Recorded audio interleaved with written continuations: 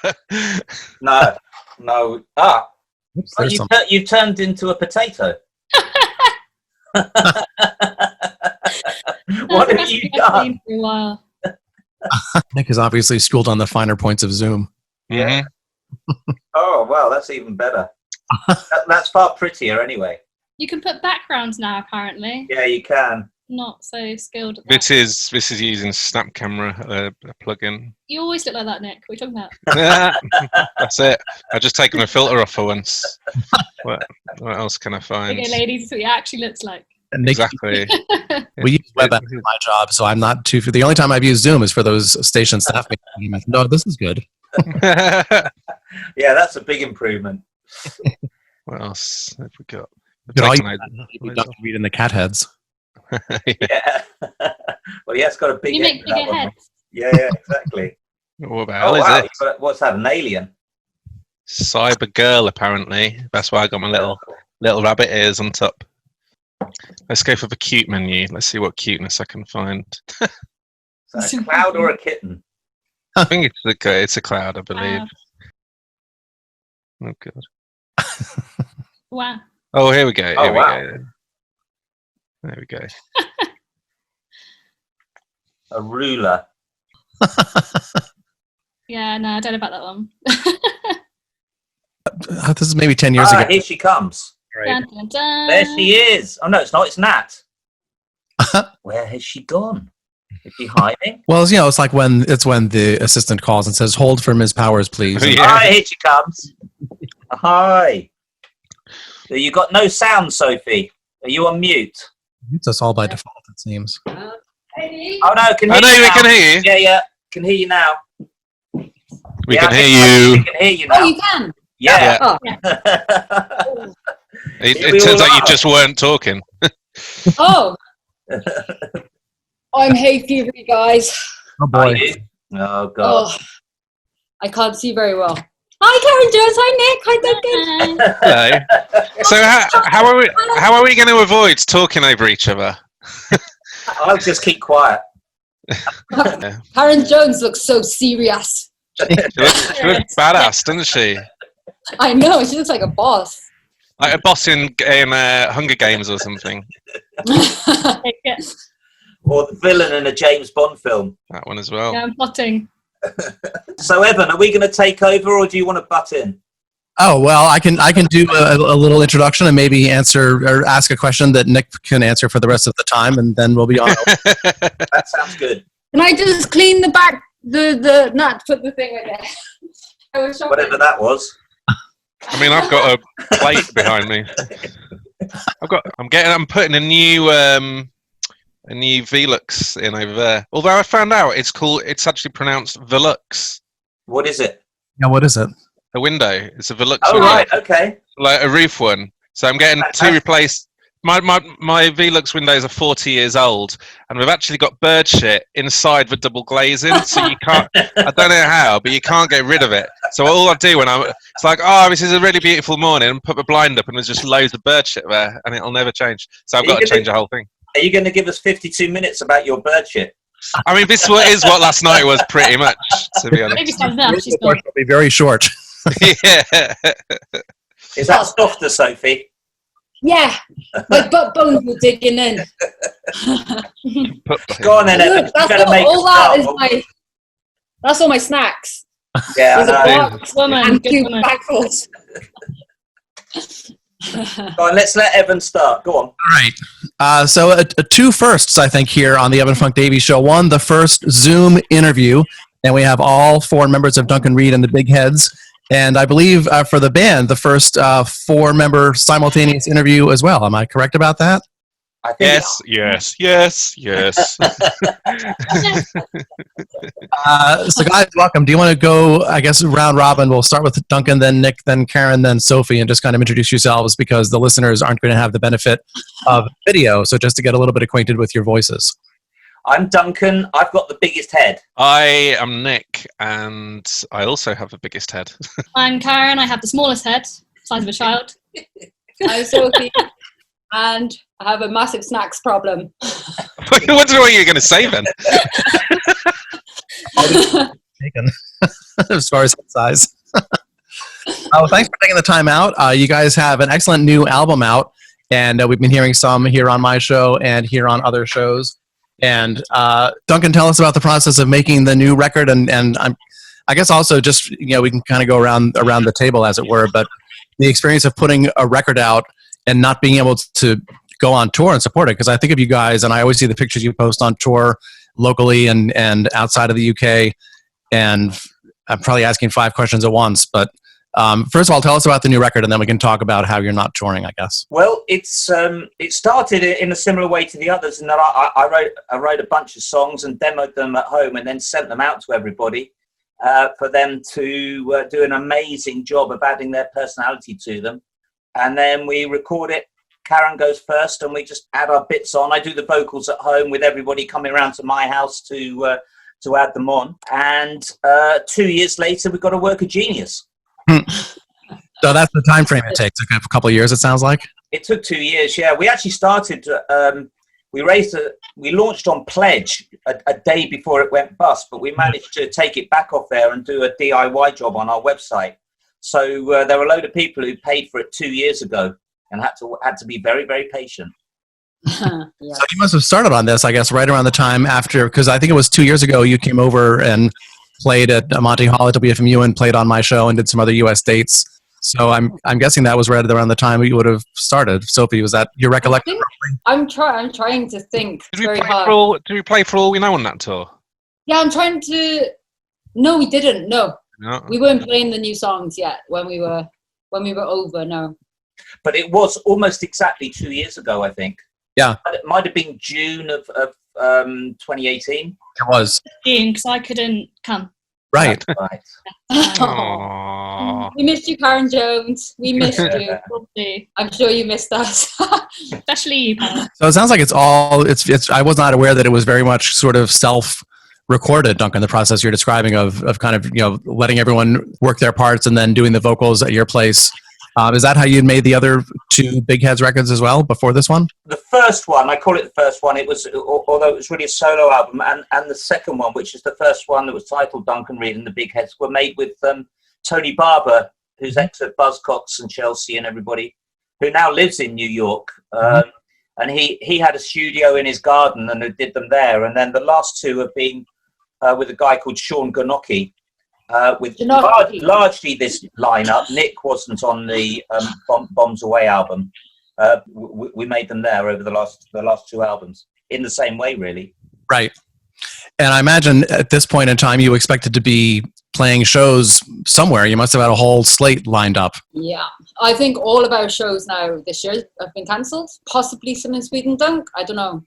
Well, they're in October and we're waiting to see. At the moment, the problem would be, even if we could play in Sweden, when we came back, we'd have to go into quarantine for 2 weeks, which would be a little bit difficult. But when they say about going into quarantine for 2 weeks, is that in our own homes or?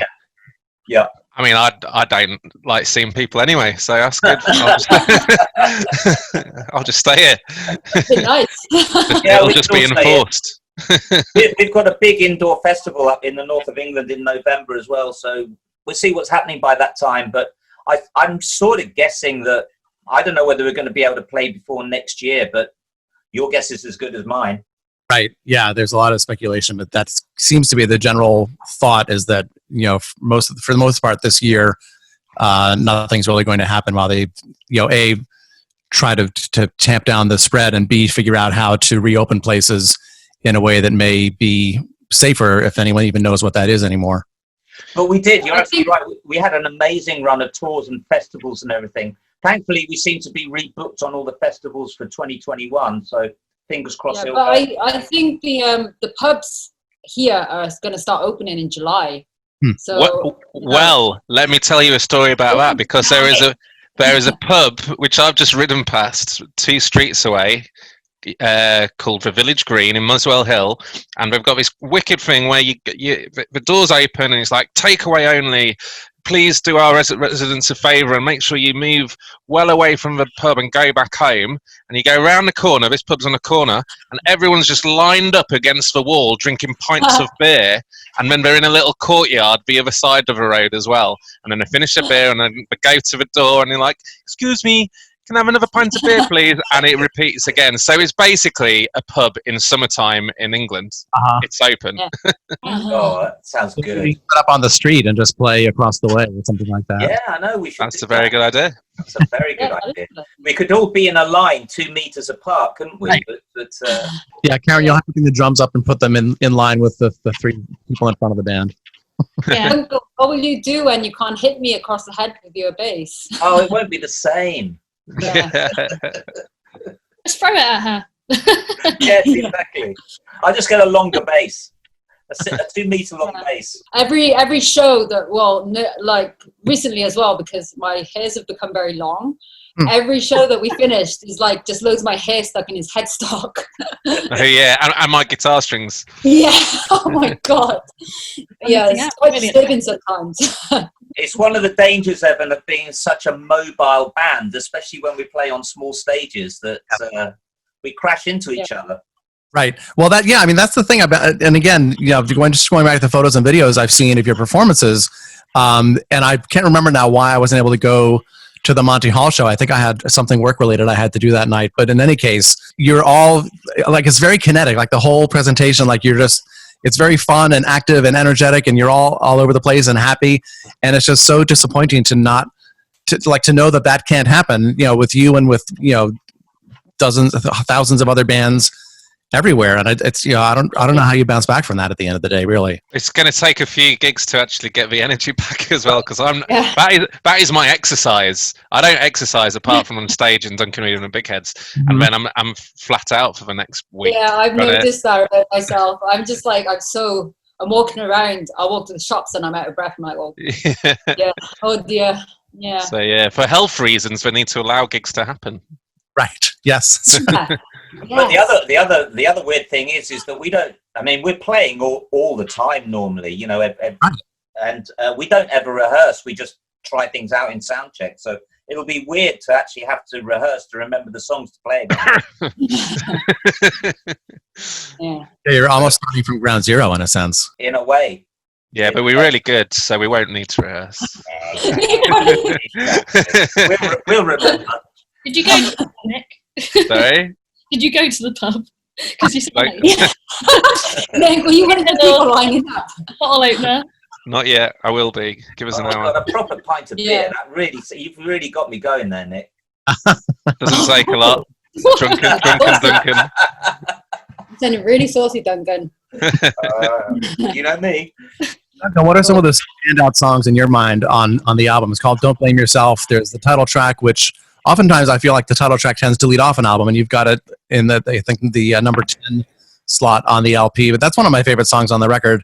When I went through the songs trying to figure out what to play, I've had it for a couple of weeks, so I've had 2 weeks to play tracks from it. I'm looking forward to tonight since I can play more tracks from it. But at first I was thinking like, I really want to play Welcome to My World, and then I really want to play For All We Know and Don't Blame Yourself. I mean, there's just, as is usual with you guys, it's chock full of great songs. And I'm wondering if there are any that you feel like are particular standouts, that you have especially interesting stories behind them that you or the band would like to share with us. Well, we named it after Don't Blame Yourself for the same reason that we named Bombs Away after Bombs Away, and that's basically because Sophie chose it. And I don't like to argue with her. I didn't even know that. But is it because you're scared of me, or because it was a really good idea? Well, a bit of both. It just makes you just get through the day quicker if I don't argue with you. But I mean, everybody's remarked on Don't Blame Yourself about how Mark Bolan influenced it is, which of course it is. It's got some T-Rex guitars, but I think it's an interesting mix as well, because there's a little bit of psychedelia in there and some amazing sort of Fleetwood Mac guitar from Sophie at the end. So I like it.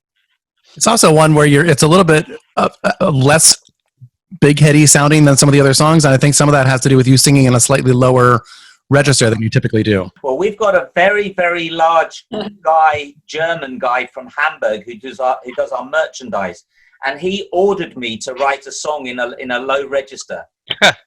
He's a very nice guy, but he's very big. So again, he's another person I don't argue with. Right. I've just been bitten. Look at that. Oh, wow. Oh, that's a tattoo. Huh? It's a tattoo. It's not a bite. Yeah. Is it just a red tattoo? Yeah. It is true, though, that most of your songs have a very distinctive sound. Like, I feel like I could hear if I were listening to a set of songs and one of your songs was thrown in the middle, I would recognize it right away. And I just feel like it's a combination of, Duncan, your voice and just the instrumentation and the way the band sounds together.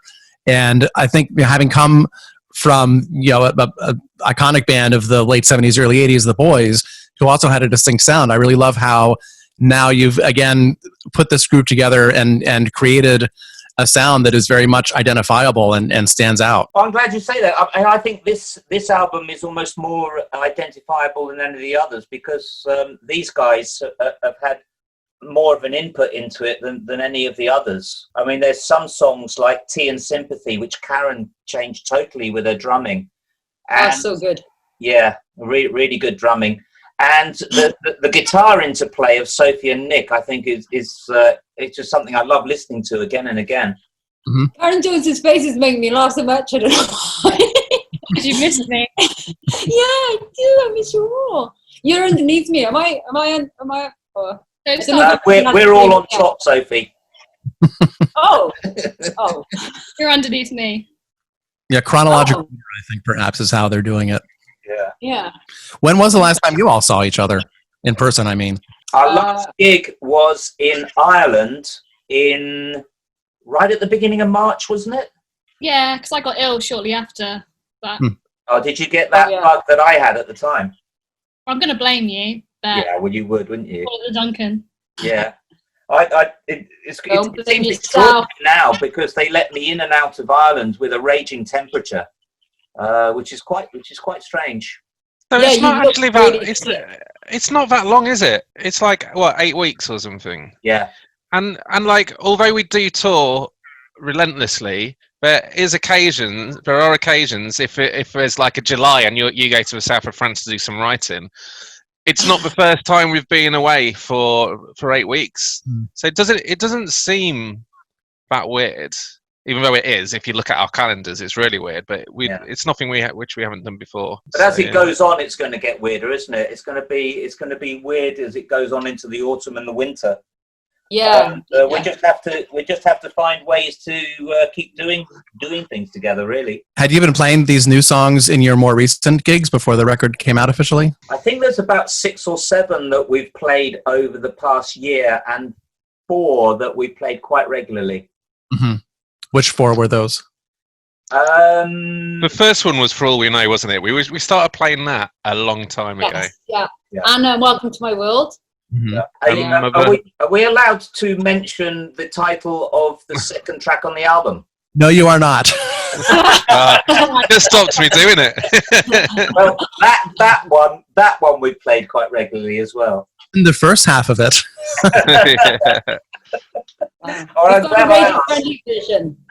Well, that one had an interesting story. Some of the press notes that came along with the record, Duncan, where you mentioned that after you had written it, you realized that it had some similarity to another song you knew. Yes, there's a guy called Simon Love, and I know that I'd heard his song with the very similar title, and there's a lot of similarities to it. So I got in touch with him and sent him the demo. I said, I didn't mean to, but I think I've certainly stolen your idea and a little bit of the tune. So that's why I've given him credit on the album. We just splitting it down the middle.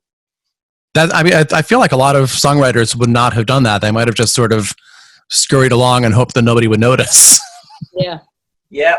Well, he can have half the royalties on it. He won't be retiring. So at the end of the day, it's the right thing to do, nonetheless. Yeah. What do you feel? Fair man on your dunk. That's right. Good guy. He's blushing. Based on the reactions you'd gotten to the songs you had been playing and the ones you had yet to play, are there any particular songs on the new album that you really are missing going out and playing on stage in front of people, or is it just an overall sense of wishing you could be doing that. Are you missing it, Karen? Well, I miss the energy on stage, and it's the only time we see each other, really, because we don't rehearse. And I think the reason we have so much energy is because we don't rehearse. So Yes. we're captured in that. Correct. Many No rehearsals. play the same 9 songs over and over in rehearsal, and I think it kills it a bit. Yeah. I miss playing live because I never know what's going to happen. You know, I turn around and say, what on earth are they doing now? And I miss that. And it's always fun to see who's going to get on a plane as well, or who's not going to get on a plane. Oh yeah, fun times on the plane. I miss our airplane experiences. Definitely, that's the best bit. I haven't had any bubbles since the last flight. Really? I had some last night. Oh, I had some last night. Yeah, Oh, yeah. my mum came over. Friday night is bubbles night. Yeah, I'm down to.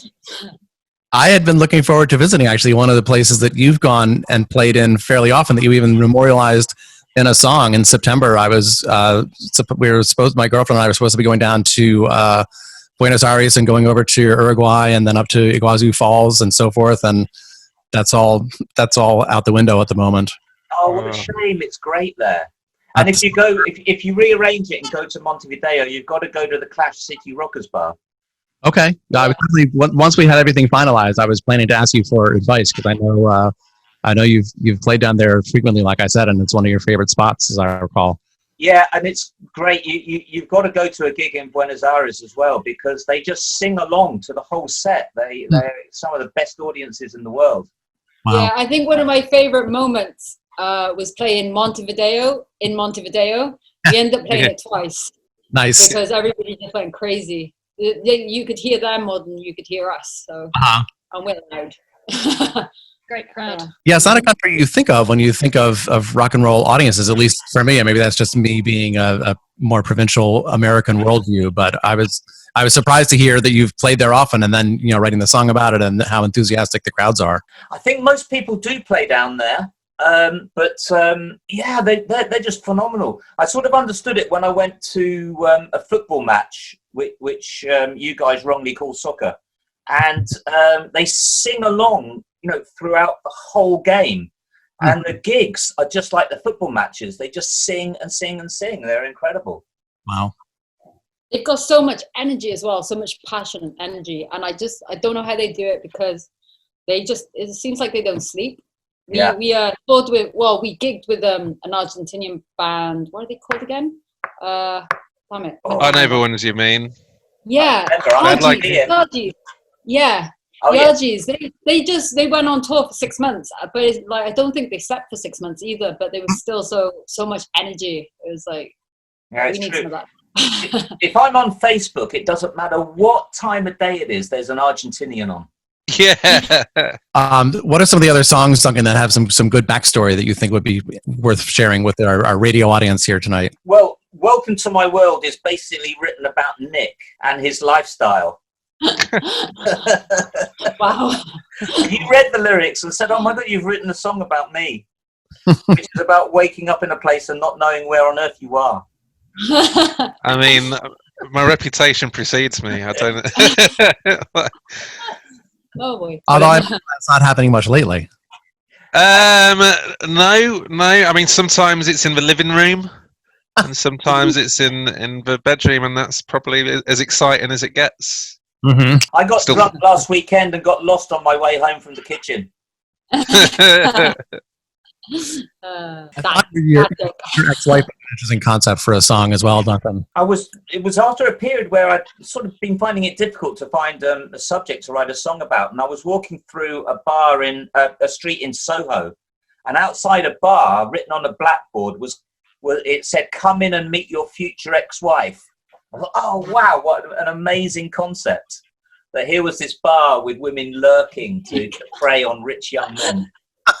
When you did your very first solo album back in 2012, it was the first, I think at least it was the first time you'd kind of gotten back to songwriting for several years. Was it something similar where you had just not really been focusing on it and then ideas started coming back, or did you have I was a bit of a late starter. I was not a great songwriting contributor to the boys, really. And I often say on stage that I went to the best songwriting school because there were such great songwriters in the boys. Mm-hmm. And I'd say that, you know, with our sound, the band that's had the biggest influence is the boys. But just all of a sudden, I seemed to be able to write songs and really enjoyed it as well. But Nick and I have just written our first song together. I did a video blog about writing a song in lockdown. And I was playing these little snippets because I just sing little snippets into my phone and then come back to them and put them together like a jigsaw. And Nick heard one and stole it, and then finished the song off. And I've written lyrics to it, and it's really damn good. I mean, we say I stole it. He sang about 4 seconds, but in that 4 seconds, it was, and if there wasn't any lyrics or anything, or was there? There might have been. I don't know. I don't listen to lyrics. And then the thing with Duncan's writing, like you see on the album that's just come out, there's quite a different. There's a plethora of musical styles on there, and he can take an idea and it can go down quite a dark route and somber, or it can be all out rock. And I heard that little melody hook, and he's like, "That's not going dark. That's going to be full on rock. It's going to be, typical power pop harmonies." And so then I took that ended up being the melody for the first line of a verse, and then I wrote the rest of the music, sent it back to Dunk. He's got some really amazing lyrics to it. He obviously wrote the bass line to it as well, and then Karen sent over some scribbles on what the drum rhythm might have to be, and then we still got to get Sophie involved in it as well. So it's not by no means finished, but you can already tell that actually we might be stumbling on a new writing process while we're in lockdown, where we can all kind of contribute, which is really exciting. Yeah, it'll be good. You know, after four albums of 100% my songs, it'll be great to do more of a collaboration going forward. Right, definitely.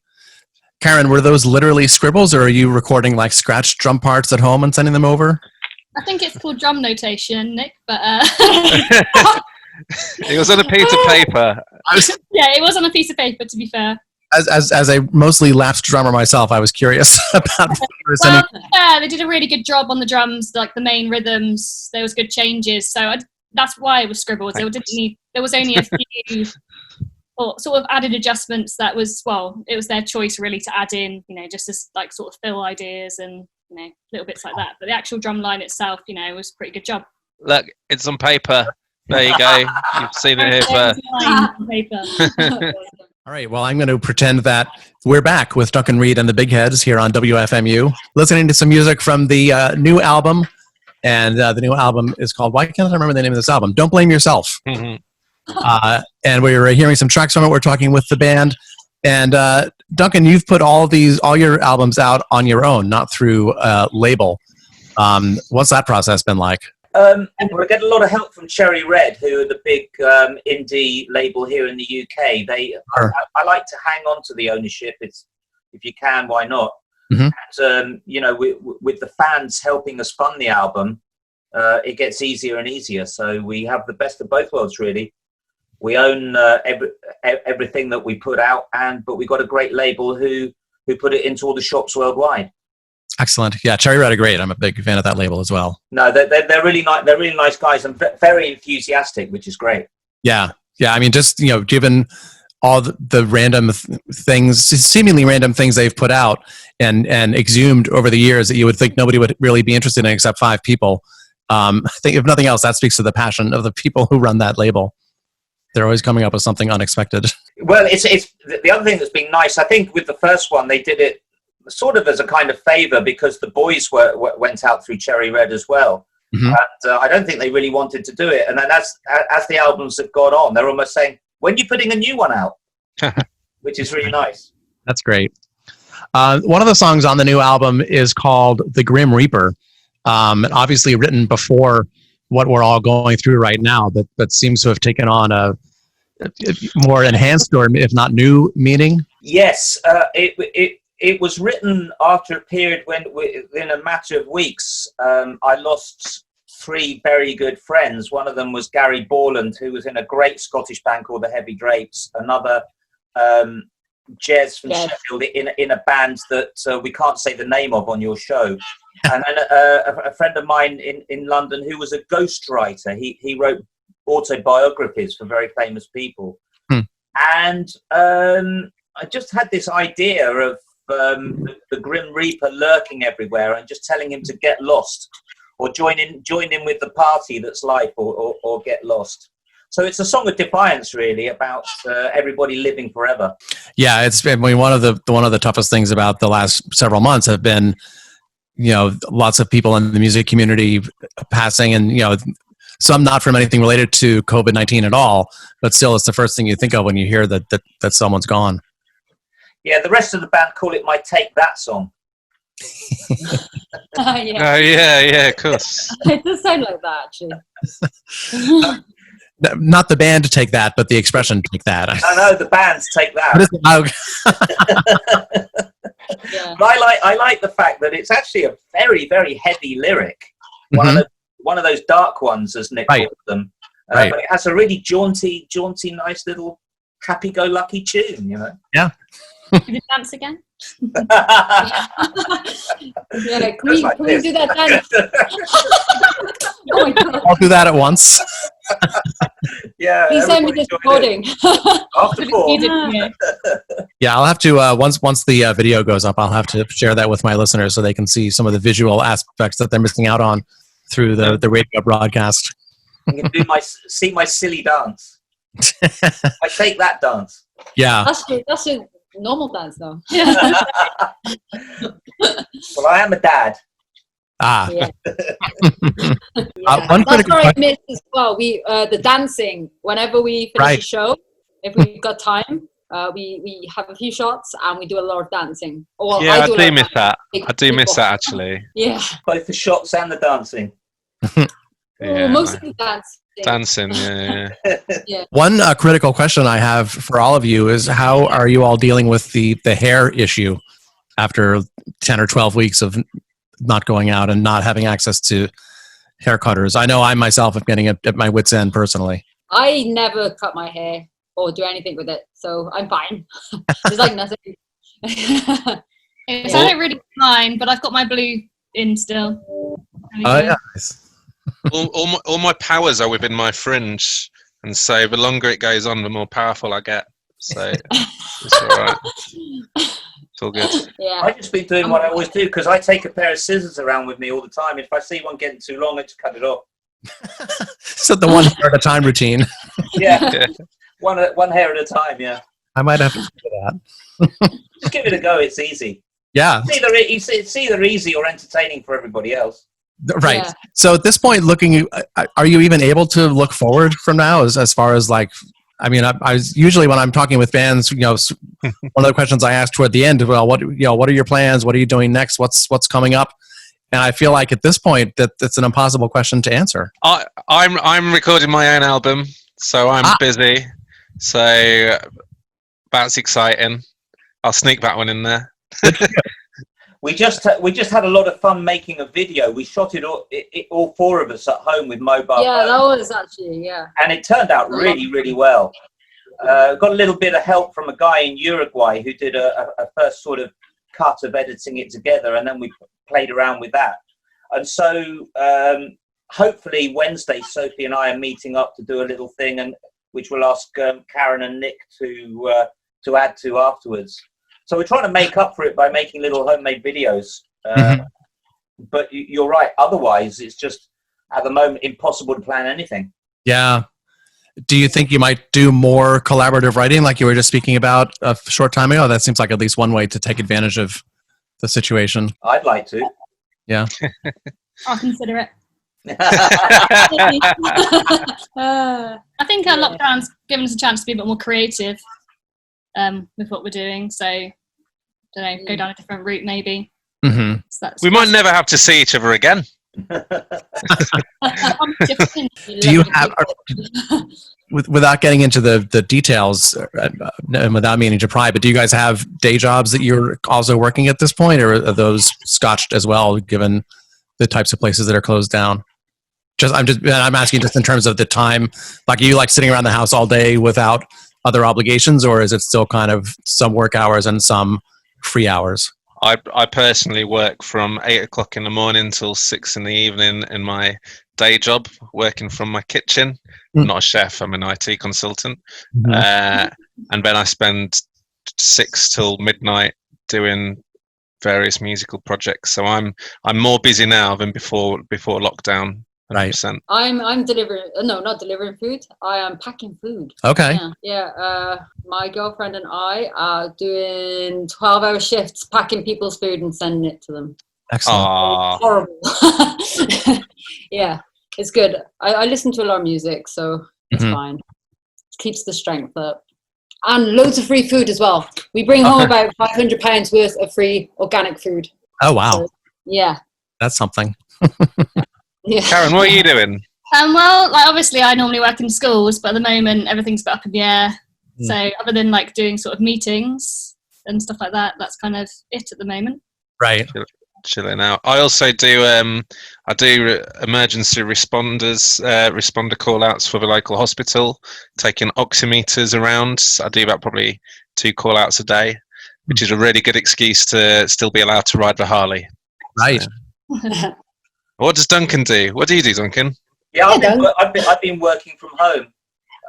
Things have carried on. I sort of work at a place where we're not investing in any festivals now because there aren't any happening this summer.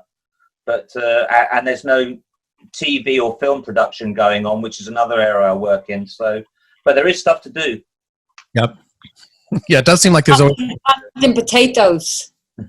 Growing potatoes and grass. Growing potatoes, yeah.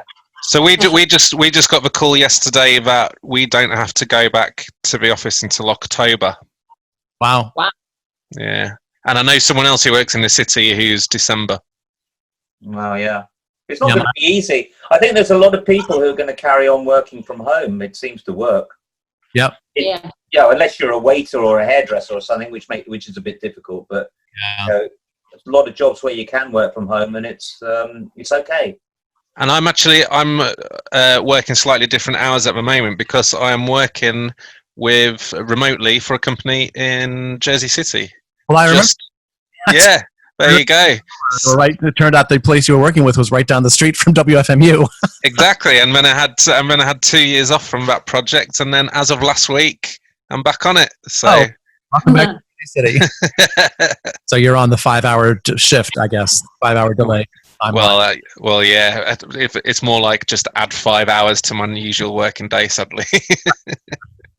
Well, I think, are there any other items that you feel like the WFMU audience should be aware of? I feel like we've covered some of the new album, Life During Quarantine, Haircuts, Uruguay. I'm not sure I mentioned it, but I'm releasing an album. Go to Facebook and follow the Middle Night Men. The Middle Night Men. Exactly. And the first single's coming out June the 19th with a guest vocal from Tom Spencer of The Professionals and the Yo-Yos, my other old band. All right, very cool. Cool, thanks. I think all I'd add is that we really, really want to get back to New York and Jersey City, and yes, fingers crossed. Definitely. I will bring Karen Jones this time. Yeah, with Karen Jones this time. I want to go and see that awesome band who supported us at Monty Hall. Is it Wildlife or something? Yeah, Wildlife. They were so good. So good. Probably the best band I've ever seen on one of our shows with us, I'd say. Wow, that's very high praise indeed, because you've done a lot of shows. Definitely them and White Trash from Bristol. So if you like Wildlife or Wildfire, or I forget, go and also look at White Trash in Bristol. Excellent. But I thought Baby Shakes were good as well. Oh, yeah, very good. So awesome. Such good vibes. Lovely people. Yeah, and both those bands are big friends of the station. Baby Shakes have been on my show and Todd's show, and Wildlife have been on Todd's show as well. So it's all one big happy family that we're trying to keep together remotely somehow. Well, it's always great to have a really good band who go on before you, because it makes you up your game. Yep. Yeah. definitely. Oh, definitely. I love playing with, yeah. That was just a feeling of panic when I was watching them open for us. When Sophie and Nick bring out the circus acts. So Yeah. Huh? When Sophie and Nick bring out the circus acts. Whenever I'm Yeah. on you, just turn around, who knows what they're doing. There you go. I'm We got glad to make up for it somehow. well, congratulations on the new album. I'm sorry for you and all the other bands that aren't able to be out there touring around it.